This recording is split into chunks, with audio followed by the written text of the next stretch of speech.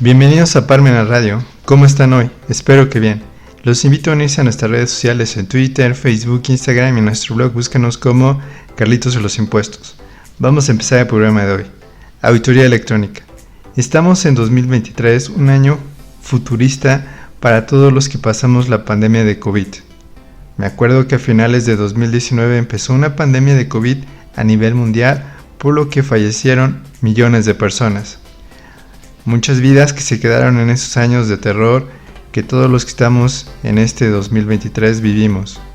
En la actualidad mucha gente se enfermó, donde también los negocios ya no toman precauciones sobre esta enfermedad que destruye vías respiratorias, además de atacar otros órganos que tienen los seres humanos. Pareciera lejano ese mes de noviembre de 2019, donde a nivel mundial se hablaba de esta pandemia que llegó a México a principios de 2020.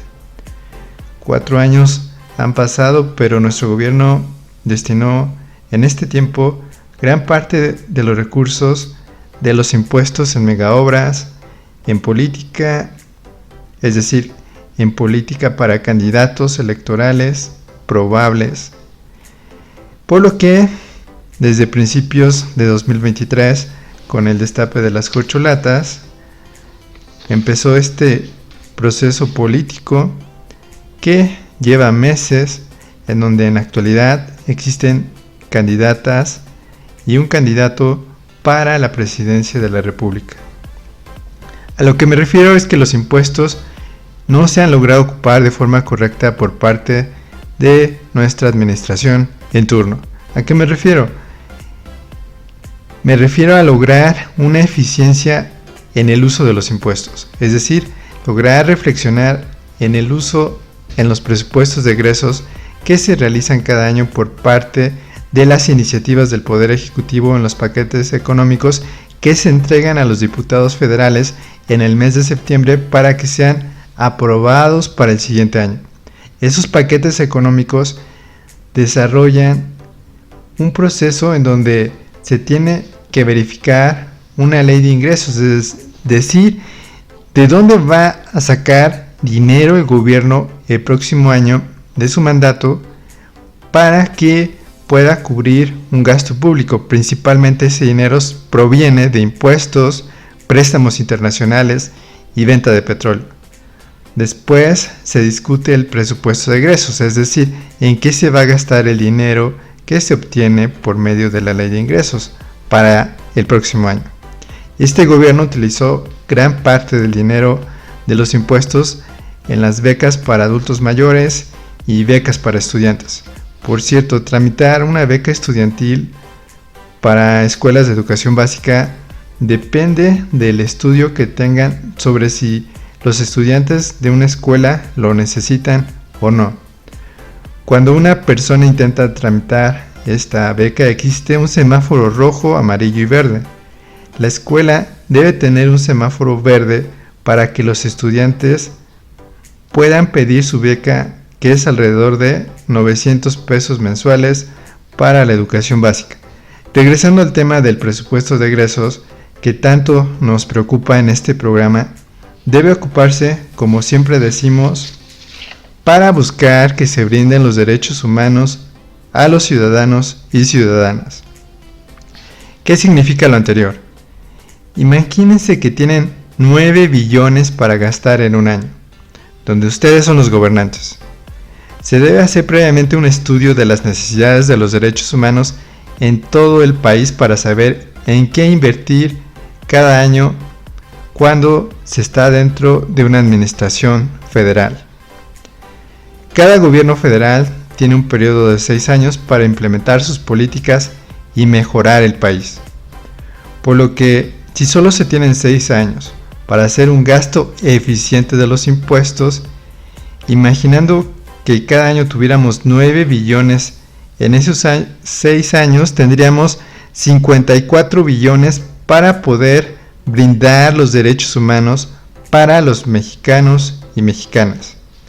Por sentido común, antes que nada, se deberá hacer un estudio a nivel nacional de las necesidades de los estados, municipios, comunidades, acerca del estado en que se encuentran hospitales públicos, escuelas públicas, cárceles, los caminos y puentes, los basureros, parques públicos, internet público, las bibliotecas públicas que están desapareciendo, la educación que se deberá dar para la policía en derechos humanos, educación a la Guardia Nacional en derechos humanos, educación a los militares en derechos humanos, la limpieza del aire en las ciudades con árboles electrónicos para este fin, la educación a los militantes de los partidos políticos en temas como derecho administrativo, saber en qué condiciones se encuentra el campo mexicano en cuanto a su agricultura,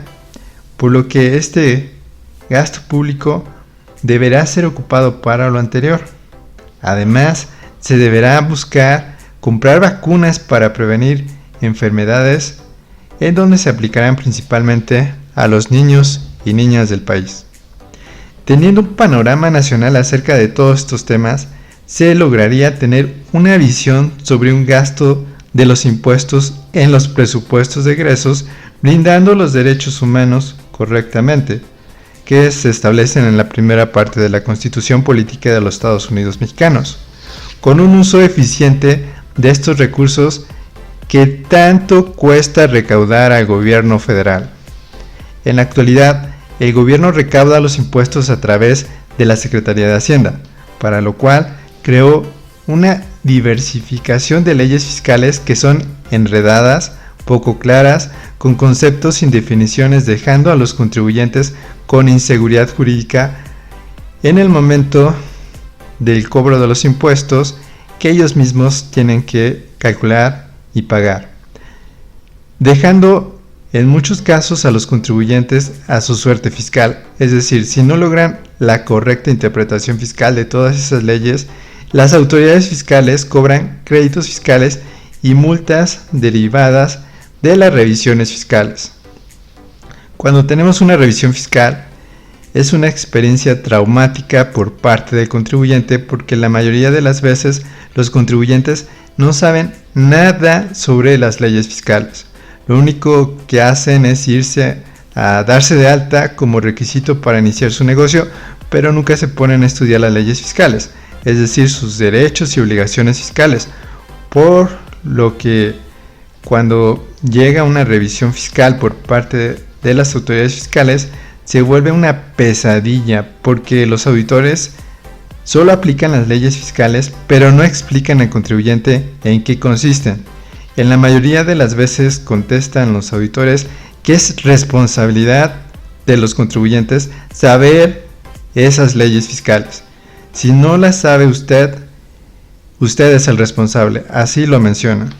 Nuestro trabajo es aplicar estas leyes para el cobro de los impuestos que usted pagó de forma errónea, por lo que además de esas diferencias deberá pagar multas que son de cientos de miles de pesos por las equivocaciones que cometa el contribuyente, donde así lo mencionan los auditores cuando se le cuestiona por qué están haciendo diferencias de impuestos en las auditorías fiscales. Ese es el panorama fiscal mexicano.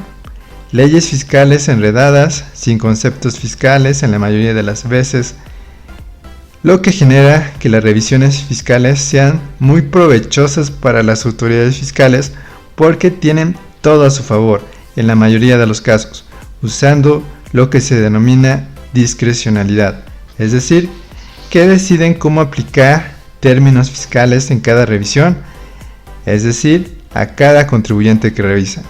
Vamos a comerciales y regresamos. Ya regresamos. El tema de hoy es auditoría electrónica.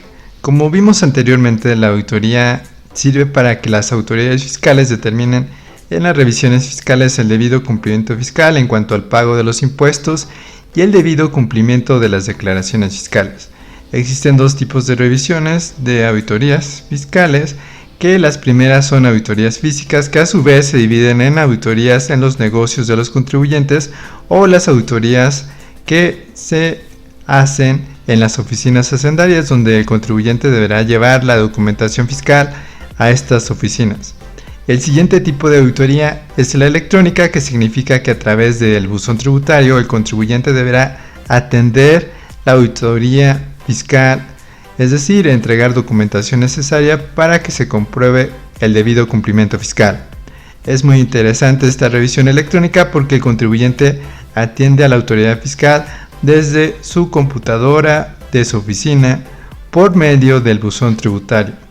Es evidente que la autoridad, por medio de esta auditoría electrónica, no se podrá lograr implementar de forma general para este México lleno de contrastes, donde podemos ver gente muy rica, pero al mismo tiempo podemos observar gente muy pobre, por lo que implementar una revisión electrónica en un futuro de forma general va a equivaler a dejar fuera de esas revisiones electrónicas a la gente que no tiene una educación en computación, que no tiene internet, que no tiene una educación en leyes fiscales de forma básica.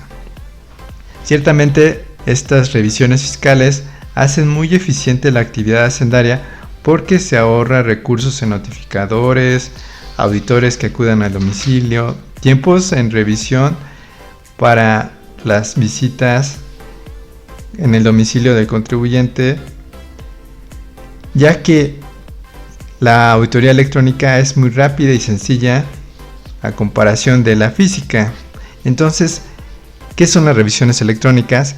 Son procesos de auditoría que consisten en revisar conceptos o rubros específicos a través de medios electrónicos, desde la notificación por buzón tributario hasta la conclusión también por este medio. Los antecedentes específicos pueden generarse automáticamente con la información de facturas electrónicas, la información en base de datos que están en el servicio de administración tributario o que pueden ser proporcionadas por otras dependencias y terceros. ¿A quién se puede revisar por revisión electrónica? Se puede revisar a personas físicas que, recordemos, son contribuyentes, donde ellos mismos se dan de alta para comercializar su producto o servicio, o personas morales que, recordemos, son contribuyentes que tributan a través de empresas, cuando lo requiera la autoridad de forma electrónica. Dentro de las facultades de las autoridades hacendarias está la de comprobar el debido cumplimiento fiscal, que se menciona en el artículo 42 del Código Fiscal de la Federación. Este artículo 42, en su fracción novena, menciona: practicar revisiones electrónicas a los contribuyentes, responsables solidarios o terceros con ellos relacionados, basándose en el análisis de la información y documentación que obre en poder de la autoridad, sobre uno o más rubros o conceptos específicos de uno o varias contribuciones. ¿Cómo es el proceso de la revisión electrónica? Ahí vamos a revisar el artículo 53b del Código Fiscal de la Federación, que menciona en sus diversas fracciones lo siguiente. La fracción primera dice: con base en la información y documentación que obra en su poder, las autoridades fiscales darán a conocer los hechos que deriven en la omisión de contribuciones y aprovechamientos en la comisión de otras irregularidades a través de una resolución provisional, a la cual, en su caso, se le podrá acompañar un oficio de preliquidación.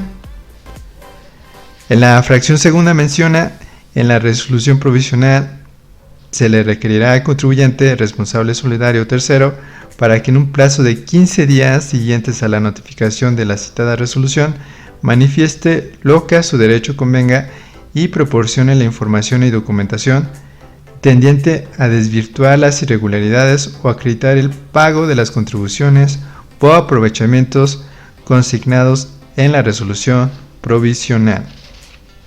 En el caso de que el contribuyente acepte los hechos e irregularidades contenidos en la resolución provisional y el oficio de preliquidación, podrá optar por corregir su situación fiscal dentro del plazo señalado en el párrafo que mencionamos anteriormente, mediante el pago total de las contribuciones y aprovechamientos omitidos, junto con sus accesorios, en los términos contenidos en el oficio de preliquidación, en cuyo caso gozará del beneficio de pagar una multa equivalente al 20% de las contribuciones omitidas.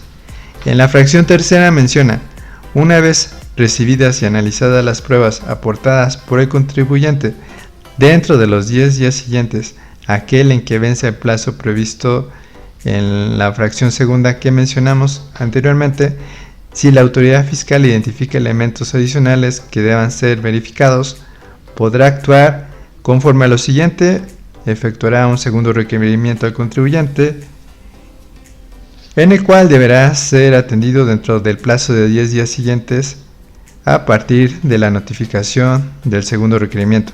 También podrá solicitar información y documentación de un tercero.